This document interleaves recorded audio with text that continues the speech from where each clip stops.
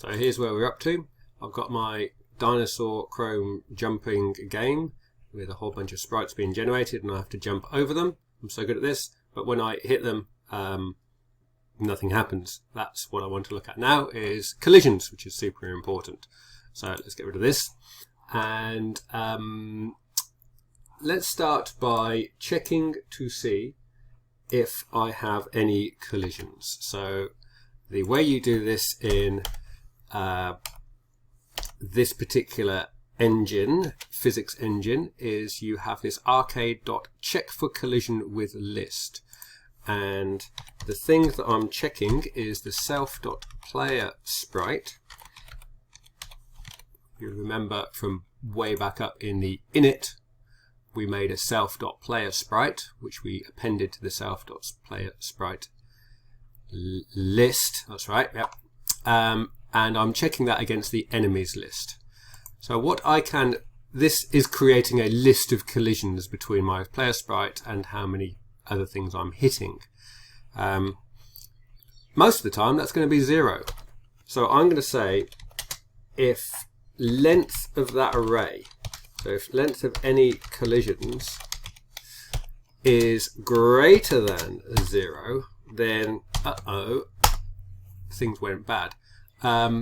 Let's just check that that works before we start getting too complicated. I'm just going to put a print statement, so it's going to appear down in this little window down here.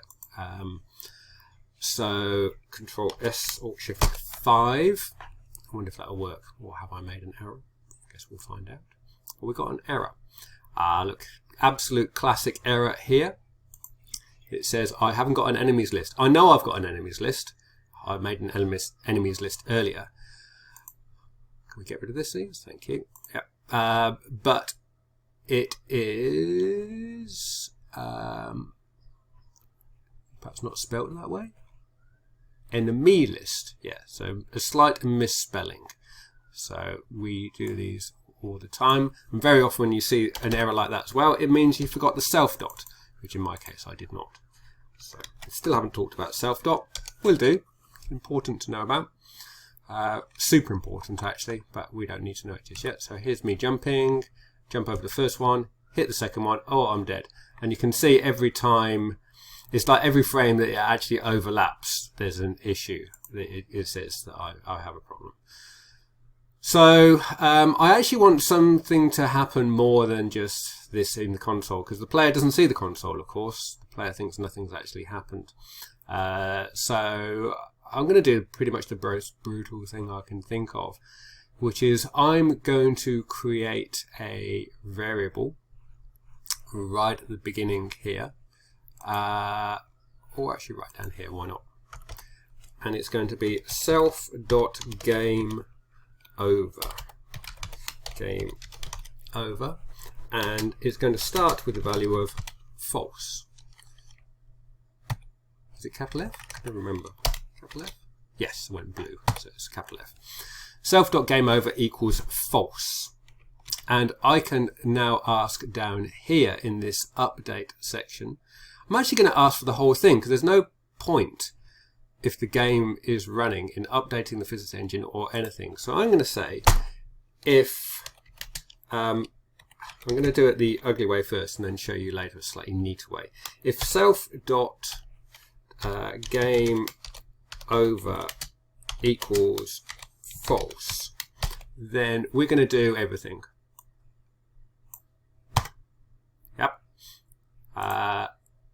But if it's not, then we won't do anything. Nothing will happen in the update. So right down here, I'm going to change the print dead. It's going to instead say self.gameOver equals true. So I'm assigning it the value of true. So you can see how this works. I've got this variable game over, and it's false until I have a collision. If I have a collision, I set the variable to true, and then the next time it comes through, it says, oh, no, not the case, and it doesn't do any of the stuff in terms of moving things, or I'll still be able to jump. Oh, I won't be able to do anything because it won't update the physics engine. Anyway, so I was thinking I might be able to jump still, but I won't.